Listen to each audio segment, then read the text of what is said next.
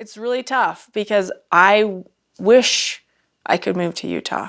But just because it's mostly decriminalized doesn't. The cameras caught something that no one was prepared to see. Not a staged scene. Not a confession interview. But a moment so real, so raw, it silenced the entire production crew. For weeks, Janelle Brown had been hiding the truth. Not out of pride, but out of protection. Protection for her children. For her privacy. And perhaps for the fragile illusion that her family still existed in some form.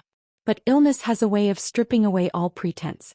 Her hands trembled slightly as she sat in the quiet corner of her Flagstaff home, surrounded by the faint hum of cameras, the artificial warmth of studio lights, and the cold distance of people who once called themselves a family. She took a slow breath and finally said it, words that no one wanted to hear. "I've been diagnosed with cancer."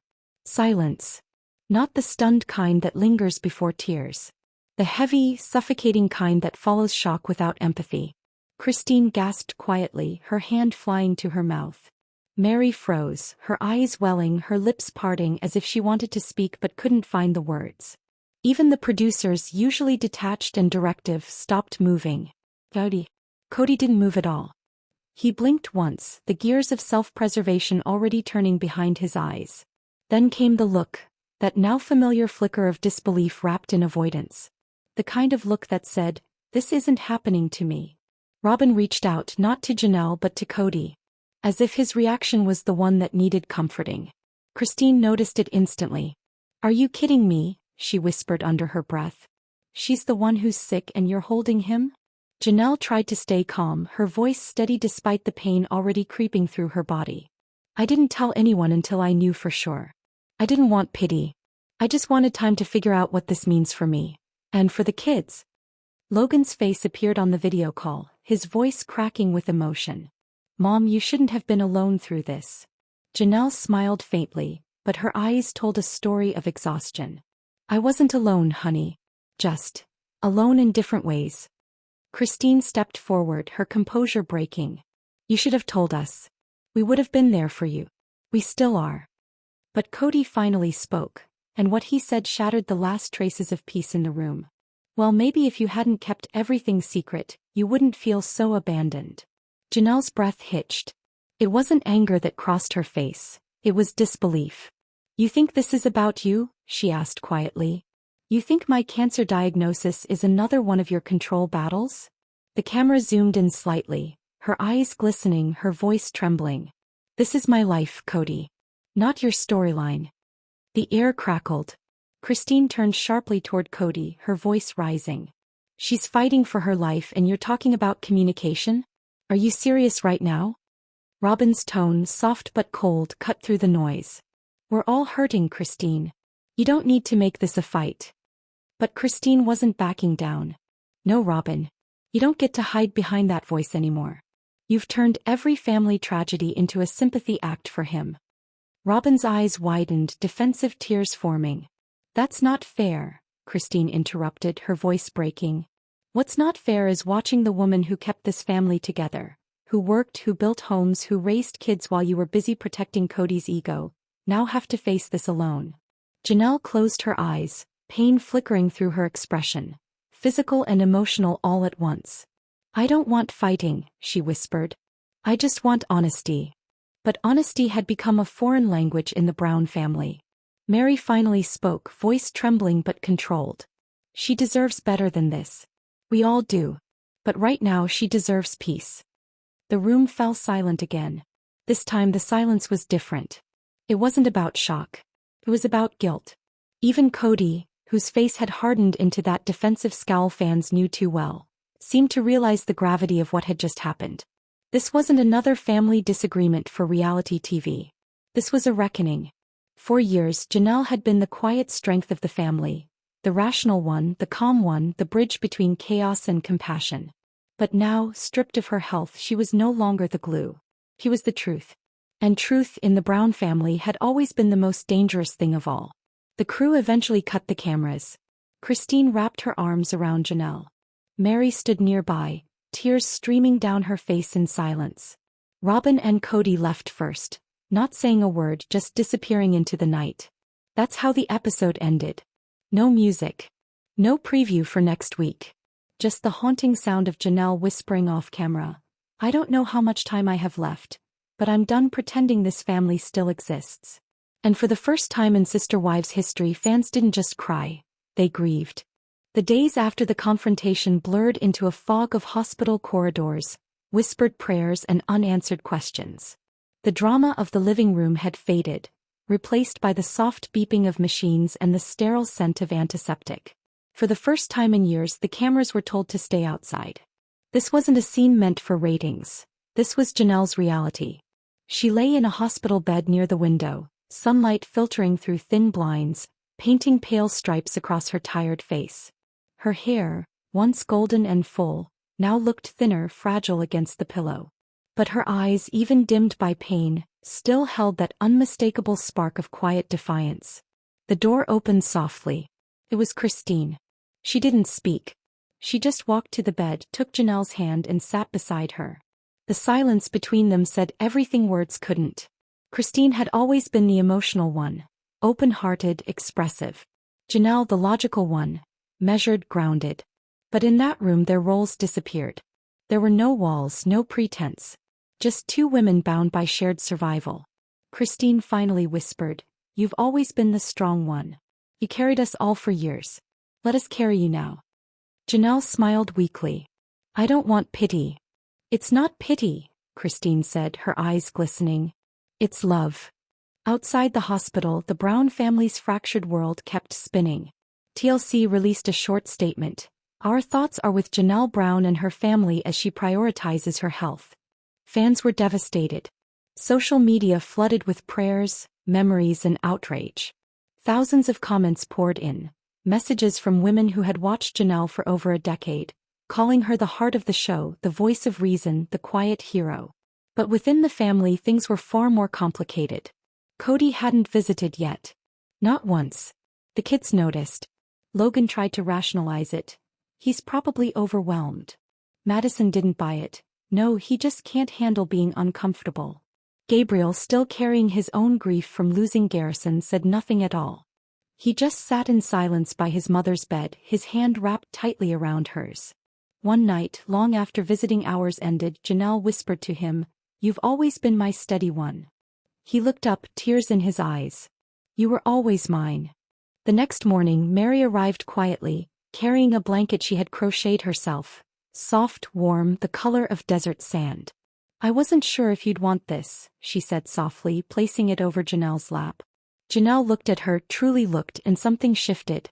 For years, the two had kept a distance defined by unspoken tension and old wounds. But now, in the presence of mortality, those walls crumbled. "Thank you," Janelle said. "For coming. For being here." Meri nodded, tears escaping despite her attempts to hold them back. "We wasted so many years pretending everything was fine." Janelle's voice cracked. "We thought silence meant peace." The two women sat in quiet reflection, both survivors of a story that took more from them than it ever gave back. Outside the room, Christine watched through the glass. And for the first time she saw something almost sacred. Forgiveness taking shape between two hearts that had been broken in different ways, but by the same man. Later that afternoon, the doctor entered the room with a clipboard, his expression serious. The treatment plan was aggressive. Chemotherapy, radiation, possible surgery. Janelle listened calmly, nodding. She didn't flinch. She didn't cry. When the doctor left, she turned to Christine and whispered, "I can handle pain. What I can't handle is being forgotten." Christine squeezed her hand. "You won't be. Not ever." Meanwhile, across town, Robyn sat with Kody in silence. He hadn't eaten in a day. His phone buzzed constantly, reporters, producers, fans demanding a response. But when Robyn finally asked, "Are you going to see her?" his answer came out sharp. "She didn't want me when she was healthy. Why would she want me now?" Robyn frowned. "She's still your wife." "She's not my wife," he snapped. "She made her choice." The camera crew exchanged uncomfortable glances. Even they knew this moment couldn't be edited to make him look sympathetic. Back at the hospital, Christine was helping Janelle pack her things. The doctors had cleared her for home rest between treatments. Before leaving, she looked out the window one last time, the Arizona sunset painting the horizon gold and crimson. I used to think this place was cursed, she murmured. But maybe it was just teaching us who we really are. Janelle smiled faintly, her voice barely a whisper. It took losing everything to find peace. When she was wheeled out of the hospital, fans who had gathered outside clapped quietly, not as spectators but as witnesses to her strength. And as Christine helped her into the car, Janelle looked straight into the lens of a camera that had followed her for 15 years and said softly, "I'm not done yet. I just want to start living, for real this time." It wasn't a goodbye. It was a rebirth. By the time Janelle returned home, the story had already escaped the walls of the hospital. A single leaked email from a TLC production assistant had spread across social media. A message that read, "We were told to keep Janelle's condition quiet until the network could frame it appropriately." Frame it. That word sent a shockwave through the Sister Wives fandom. It wasn't compassion. It wasn't concern. It was control. The same kind of control that had defined the Brown family for more than a decade. Fans felt betrayed. They had watched Janelle's strength, her kindness, her loyalty. And now they learned that while she was quietly fighting for her life, executives were deciding how to sell her pain on camera. Within 24 hours, hashtags flooded the internet. Hashtag Justice for Janelle, hashtag TLC exposed, hashtag Protect the Browns. Even the most loyal Sister Wives viewers turned against the network. Comments poured in, "She's more than a storyline." They used her until she couldn't give any more. Janelle deserves dignity, not editing. But the truth that broke the internet wasn't just about TLC. It was about Robyn. A former crew member, speaking anonymously, revealed that Robyn had been aware of Janelle's diagnosis weeks before the public. And worse, she reportedly advised producers not to air it right away. She said it would make Kody look bad, the source claimed. She said the timing would hurt the family brand. The revelation detonated across social media. Christine, blindsided, posted a single message to Instagram. "If that's true, then shame on everyone who knew and stayed silent." Janelle didn't comment publicly. But those close to her say she read Christine's post and simply whispered, "I knew it." For years Janelle had tolerated Robyn's subtle manipulations. Her tears, her martyrdom, her endless defense of Kody's behavior. But this time was different. This wasn't about jealousy, favoritism, or screen time. This was about life and death. Meanwhile, Kody went live on Cameo, addressing the rumors in his usual deflective tone. "People don't understand what's really happening. Janelle made choices and I made mine. We're not at odds, we're just living separate lives. That's all." His tone was cold, dismissive, almost detached, as if his wife's cancer was just another tabloid headline. Fans were furious. Thousands flooded his comments, calling him heartless, soulless, a man incapable of empathy. Robyn tried to clean up the mess with her own live stream, her face pale and tearful. She said all the right words, about love, about prayer, about unity, but something about it rang hollow. Because behind those trembling lips was the same woman who had whispered to producers to delay Janelle's story. To protect Kody. Even TLC couldn't contain the backlash. Within days, the network released an emergency statement claiming, "We fully support Janelle Brown and her privacy. Any decision regarding filming was made with her best interest in mind." But fans weren't convinced.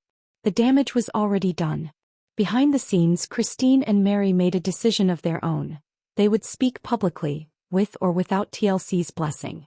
They gathered in Christine's Utah kitchen, the same place that had become their safe haven after years of emotional chaos. The cameras weren't rolling this time. This wasn't for the show. This was for Janelle. Meri's hands trembled slightly as she read from a handwritten statement. "We've lived our lives in front of cameras for years, but what you haven't seen are the moments when the camera should have been there. When pain was hidden, when truth was buried, when loyalty was weaponized. Janelle's illness isn't just her fight. It's a mirror showing us what this family really became." Christine added softly, "This isn't about ratings anymore. This is about respect." The clip, recorded by a friend on a phone and uploaded to Instagram, went viral overnight. Within 48 hours, hashtag #IStandWithJanelle was trending in over 20 countries. For the first time in over a decade, TLC's empire was cracking. And inside the Flagstaff house, Robyn panicked. She begged Kody to reach out, to at least call Janelle. If not for love, then for appearance. But Kody refused. He turned away from the camera, muttering, "She made her bed." That line, "She made her bed," became the most replayed, hated, and analyzed soundbite in Sister Wives history.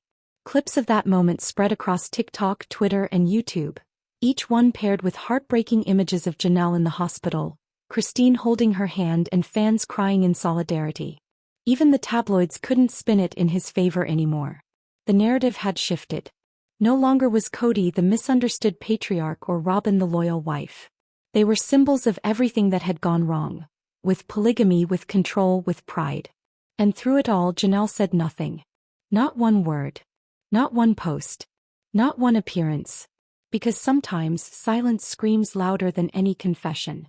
But those who visited her knew she was watching everything. The interviews. The backlash. The tears. The outrage. And one evening, as Christine sat beside her once again, Janelle finally whispered the words that defined the moment.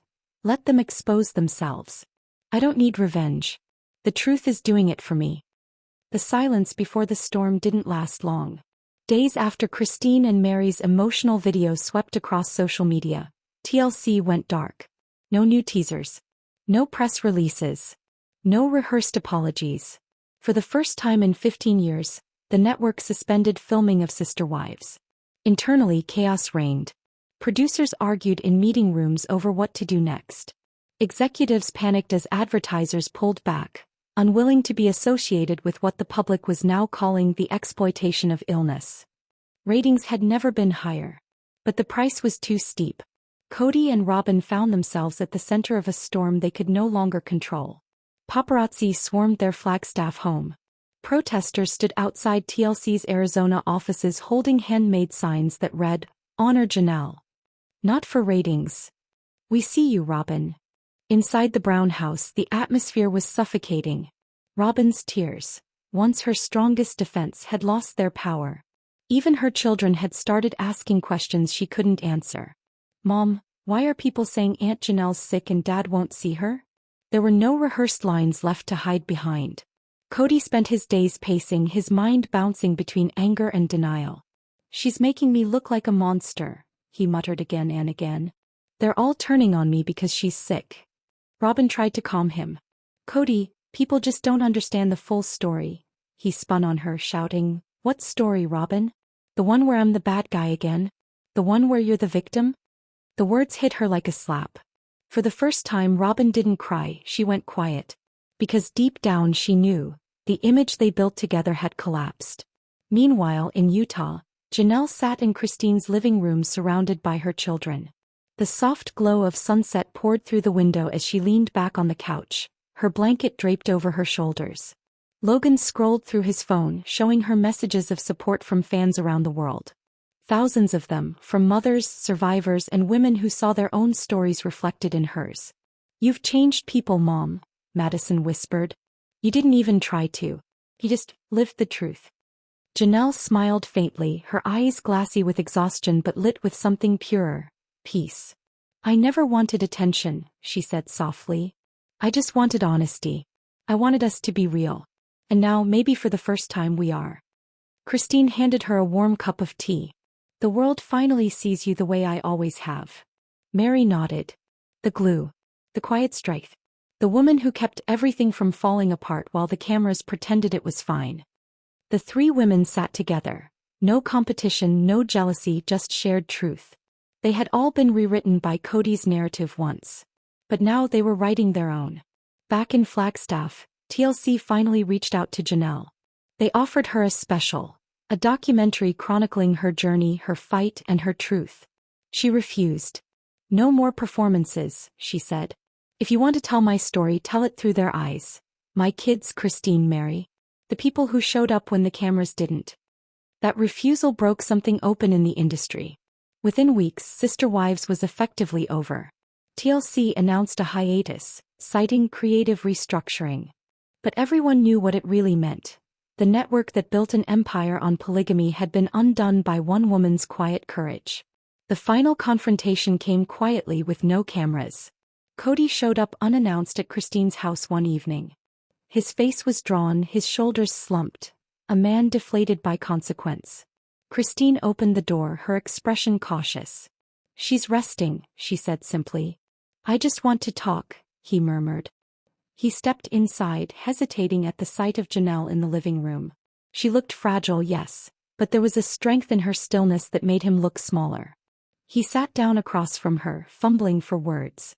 "I didn't know how to handle it," he began. "I felt cornered. I didn't want people thinking I didn't care." Janelle studied him for a long, quiet moment. Then she spoke, her voice steady but cold. "You didn't have to prove you cared, Kody. You just had to show up."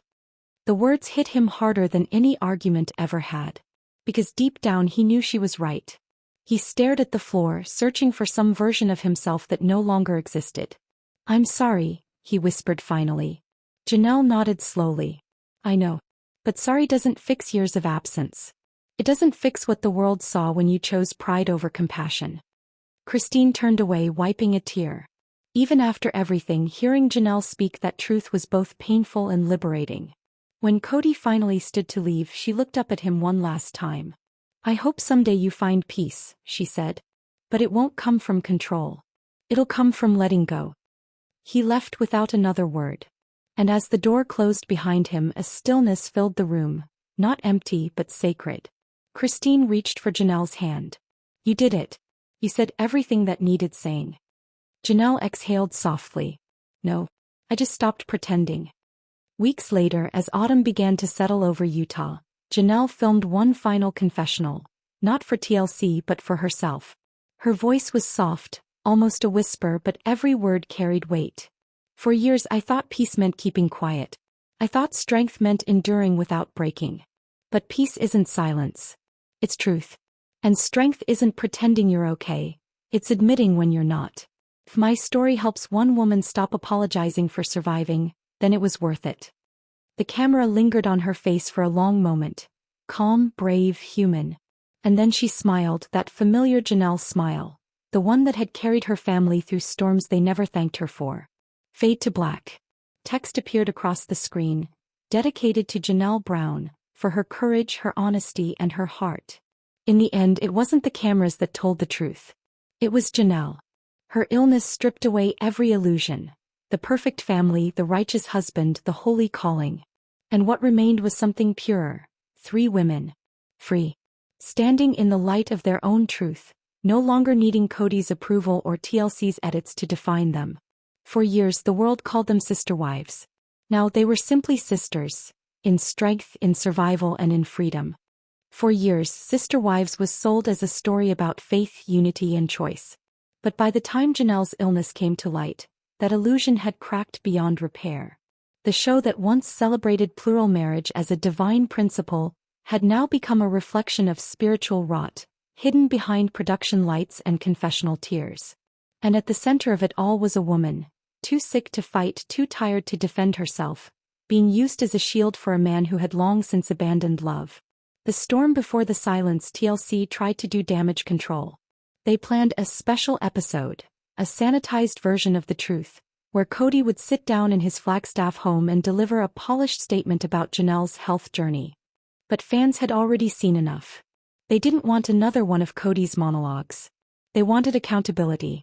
Days before filming, the network's PR department leaked the concept to online forums, hoping to test the public's reaction. The backlash was instant.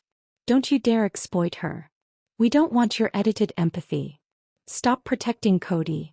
The outrage grew so loud that advertisers began to pull sponsorships. A show that once defined TLC's identity was now threatening its reputation. Behind closed doors, executives panicked. For the first time since Sister Wives began airing in 2010, they suspended filming indefinitely. But it was already too late. Inside the family divide, Christine flew to Flagstaff to see Janelle, not as a co-star but as a sister. When she walked into that hospital room, the cameras weren't there. There was no makeup, no retakes, no producers whispering directions. Just 2 women who had shared the same man, the same faith, the same heartbreak, and were now facing the same truth. Janelle looked weak, her voice soft, but her eyes still carried that calm determination that had always defined her. Christine held her hand and said quietly, "You don't have to keep carrying them anymore." Janelle smiled faintly. "I stopped a long time ago." She paused, breathing slowly, then added, "Kody's love was a storm, It looked powerful, but it never watered anything that could grow. Christine cried silently, her tears falling onto Janelle's blanket. Because in that sentence, that quiet truth, was the reality all of them had lived but never spoken out loud. The collapse of the kingdom. While Janelle's name trended worldwide, Kody and Robyn retreated. Neighbors reported not seeing them for days.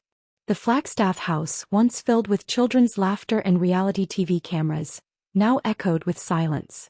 Robyn was reportedly seen pacing the hallway, whispering into her phone, crying uncontrollably. "She's ruining everything," she said, according to a source. "Everything we built." But it wasn't Janelle who had ruined anything. It was the years of favoritism, deceit, and emotional neglect that had finally caught up to them. The Brown family empire, once TLC's crown jewel, had turned into its biggest liability. TLC issued another statement, this time shorter, colder. "We wish Janelle Brown a full recovery and will continue to evaluate the future of the Sister Wives franchise." That was corporate language for "it's over." Robyn's public meltdown. In an attempt to salvage her image, Robyn went live again on Instagram. Her face was pale, her voice trembling. "I just want people to know," she began, "that we're all hurting. We've always been about love and faith. I don't understand why everyone's attacking us." But the comments flooded in mercilessly. "You hid her illness. You silenced her truth. Stop crying, you caused this." Midway through the stream, Robyn broke down completely. "I tried to keep the family together," she sobbed. "I did everything for them and now everyone hates me." It was supposed to be a moment of redemption. Instead, it became her undoing. Clips of her breakdown spread across social media, remixed with captions like, "The manipulator exposed," and "Crocodile tears of Flagstaff." For years fans had debated Robyn's role, victim or villain. Now there was no debate left. Kody's isolation. Meanwhile, Kody was losing everything. Not just the show but his identity. Without the cameras, without control, he was just a man sitting alone in a big empty house, surrounded by the ghosts of decisions he could never undo. One of his sons reportedly texted him after the scandal broke, saying, "You still think this is about TV? It's about you never showing up." Kody didn't reply. Because deep down he knew the truth. Every bridge he burned to protect Robyn was now ash. For the first time, Kody Brown wasn't the patriarch. He was the example of what happens when pride replaces love, when control replaces compassion, and when faith becomes a weapon. Janelle's quiet power through it all. Janelle remained silent. No interviews. No statements. No social media posts. But those who knew her said she was at peace. Not because she had forgiven everything but because she had finally let it go. As her strength slowly returned, she told Christine something that would later define the entire movement that followed. "They took my voice for years. I'm done giving them my silence too." Christine smiled, tears in her eyes. "Then let's tell it our way." And that's exactly what they did. They began working with a small production company independent of TLC, to tell their story unfiltered, unedited, and unafraid. A story not about plural marriage but about freedom. Not about betrayal but rebirth. Not about Kody's empire, but the women who finally walked away from it. The world was about to witness the rebirth of Sister Wives. Not through TLC's lens but through Janelle's truth. Because sometimes the most powerful act of survival isn't staying to fight. It's leaving quietly, and letting the truth finish what you no longer have the strength to start. The world had watched their collapse in real time. But now something remarkable was happening, quietly, steadily, and without a script. The women Kody once dismissed, silenced, and abandoned were rising. Not for fame. Not for revenge. But for peace. A new beginning. It started in Utah, in Christine's kitchen again. The same room where tears had once fallen over betrayal and heartbreak was now filled with laughter, healing, and a gentle kind of strength that comes only from survival. Meri arrived first, nervous but determined. Her energy had changed, softer, grounded. No longer waiting for anyone's permission to exist. Then Janelle walked in. She looked frail but radiant, her head wrapped in a simple scarf, her eyes filled with that calm fire fans had always loved her for. Christine embraced her tightly, whispering, "You look alive again." Janelle smiled. "I finally am." They sat together for hours just talking. No cameras. No producers. No Kody. Just 3 women rebuilding what was once broken beyond recognition. And somewhere between their tears and laughter, an idea was born. Breaking Free. A series not about polygamy but liberation. Not about sister wives but sisters in healing. It wasn't about tearing anyone down. It was about finally standing up. The new show, within months, the women partnered with a small, independent production company. Not TLC, not a network that wanted control. This time they owned the narrative. They called it Breaking Free, the untold stories of the Brown women. Each episode would tell a different story. About finding independence after spiritual control, rebuilding trust with their children, and learning that peace doesn't come from obedience, but from truth. The pilot episode was filmed in Christine's backyard. No crew of 30. No lights blinding their faces. Just 3 women sitting under the Utah sun, surrounded by family and love, speaking from the heart. When the trailer dropped online, it shattered records. Fans called it the real ending we've waited for. #Breaking Free trended worldwide within hours. Viewers described crying through the preview, seeing Janelle still recovering, laughing beside Christine and Meri like she hadn't in years. One comment read, "This isn't just a show. It's a resurrection." TLC's silence. Meanwhile, TLC quietly removed sister wives from their main homepage. No farewell, no tribute. Just silence. The empire that once revolved around Kody's voice had ended. Not with an announcement, but with an empty space where their faces used to be. Executives reportedly reached out to Janelle, offering her a lucrative contract to film a closure special. She declined. Her only response was one line posted on Instagram: "Some stories don't need closure, they just need freedom." Kody and Robyn, the forgotten ones back in Flagstaff. The cameras were gone. The house that once symbolized Kody's control now felt